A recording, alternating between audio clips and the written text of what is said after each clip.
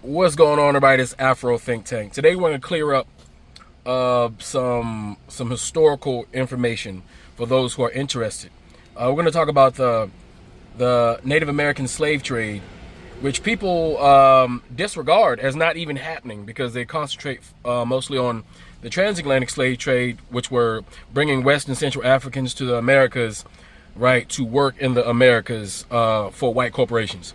But before that, they use Native Americans, right? But the problem is Native Americans on their own indigenous territory, they had more ability to run away. They knew the landmass better. They understood this, right? So it was really difficult to keep someone enslaved, in their own homeland, right? That's why it was very difficult for Europeans, even though y'all see, people are under the impression that Europeans did this easily. No. This was not an easy thing for white people to do. It's just that rich white people didn't have to bear the physical burden or suffer any of the physical kinetic complications or conflicts dealing with the transatlantic slave trade. Theirs was just transactional. It was a business decision, and they employed poor white people to take the brunt of all the danger was involved of going to another country, capturing, not just sitting there negotiating on the shoreline. These white people invaded and captured Africans, right? And then their governors of European states and dukes and duchesses came and established themselves and, built their poor white militaries to die and fight and bleed and die of dehydration and all kind of dysentery because their white bodies were not meant to be in Africa doing any of the shit they were doing, right? So poor white people have always suffered and died, right, for the sake of rich white people to enslave others, right? So, when they did that in Americas, poor white people, yet again, were dying on behalf of rich white people to enslave Native Americans. And one of the techniques poor white people use, right? Rich white people use to try to quell the rebellion from indigenous populations that was fighting for their freedom is when they captured Native Americans, they would relocate them.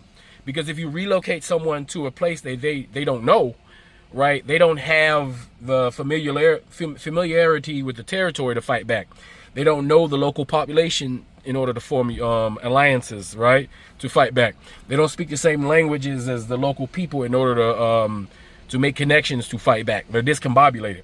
So the same logic that rich white people used to take us from Africa to bring us to the Americas, they knew that no matter how strong, capable, or powerful we were, we were in a foreign land. And not only did we have to deal with the European, which we didn't know that well, right? Especially once we got outside of our comfort zone of Africa, we didn't know these natives, right? Who were not all, they weren't on our side all the time. We didn't know the differences between the different Native Americans. Like we didn't, we were discombobulated. And when you discombobulate a group of people for that long, with that much pressure, it's gonna, it is a perfect trap, right, to maintain slavery. What white people were trying to do, because where we were gonna run to, we had no idea where we were, right? So they did the same thing with the Native Americans, and they shipped a lot of the Native Americans to the Caribbean. So not to be confused with the Native Americans who were genocided on the Caribbean, in those Caribbean islands, right? Because white people were trying to make them slaves, but they killed too many of the women by raping and murdering them.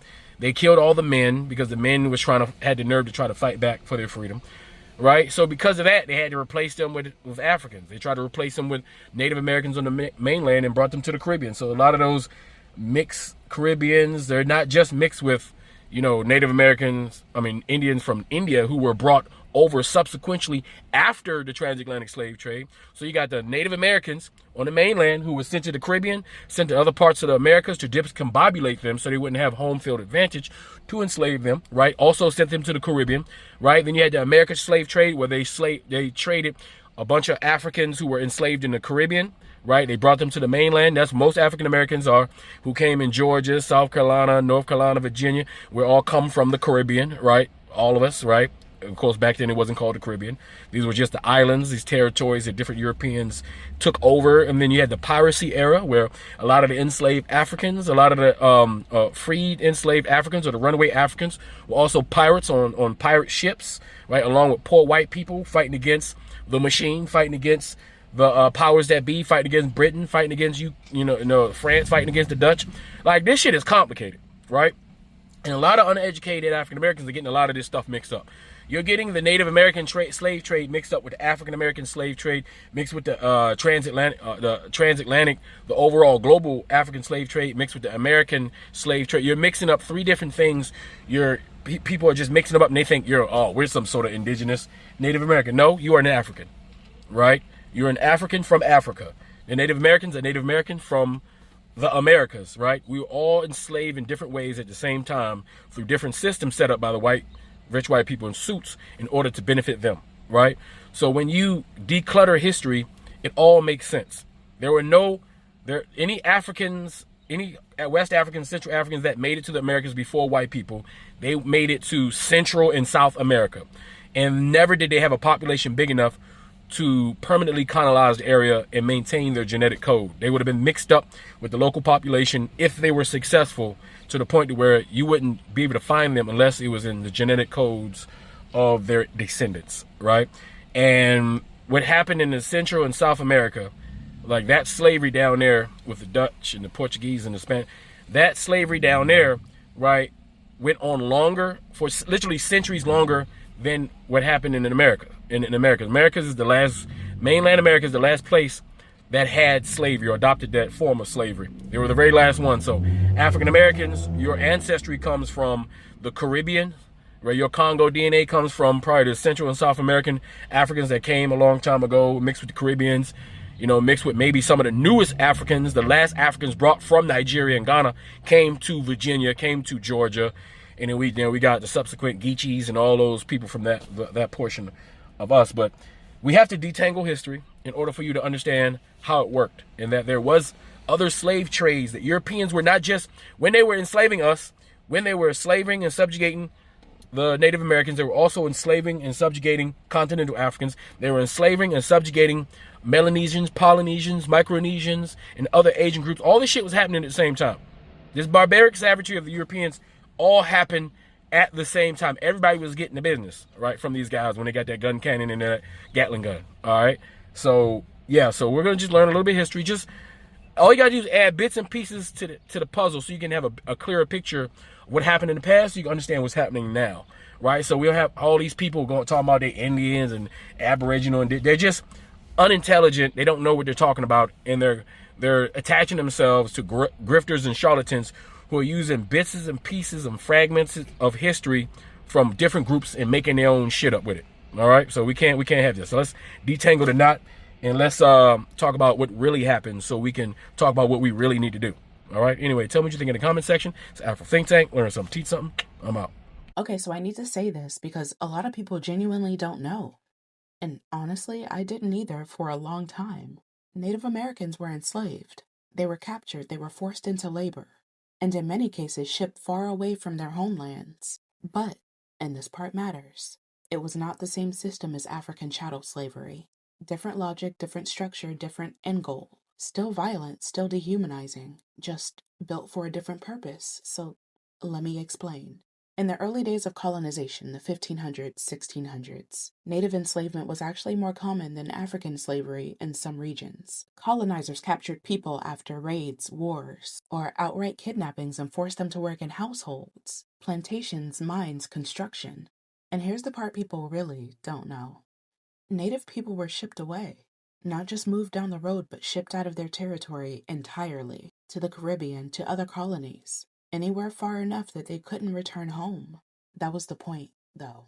Break resistance, erase connection to land, destroy tribal continuity. But here's where it diverges from chattel slavery. Native enslavement wasn't race-based for life in the same way.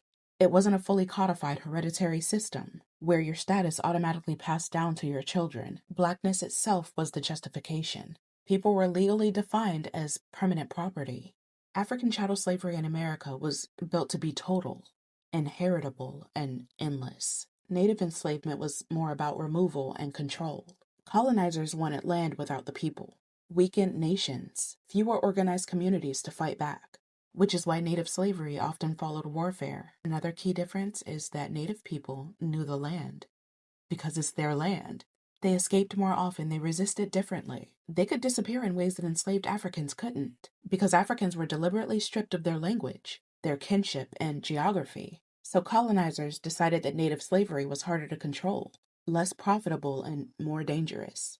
And that's when African chattel slavery expanded aggressively, not because Native people were treated better, but because African enslavement was easier to institutionalize. And even when Native slavery declined, the coercion didn't. Indigenous people were still forced into labor contracts, imprisoned and leased out, had children taken into domestic servitude, sent to boarding schools that functioned like labor camps. Different names, same goal.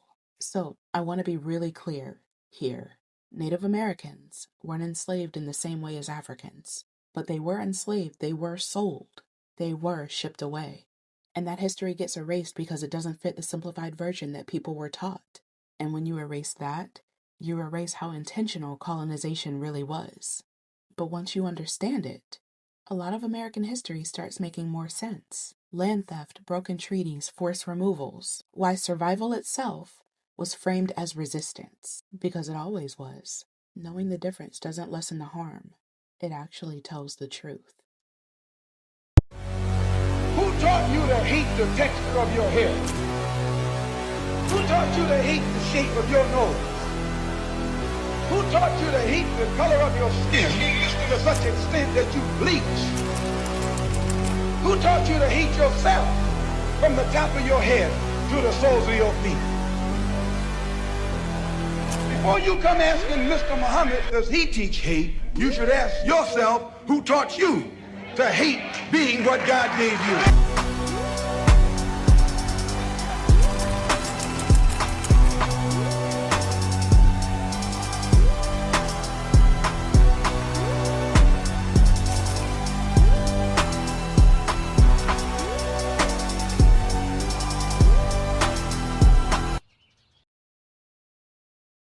Free Sudan! Boycott diamonds and gold! Free Sudan! Boycott diamonds and gold!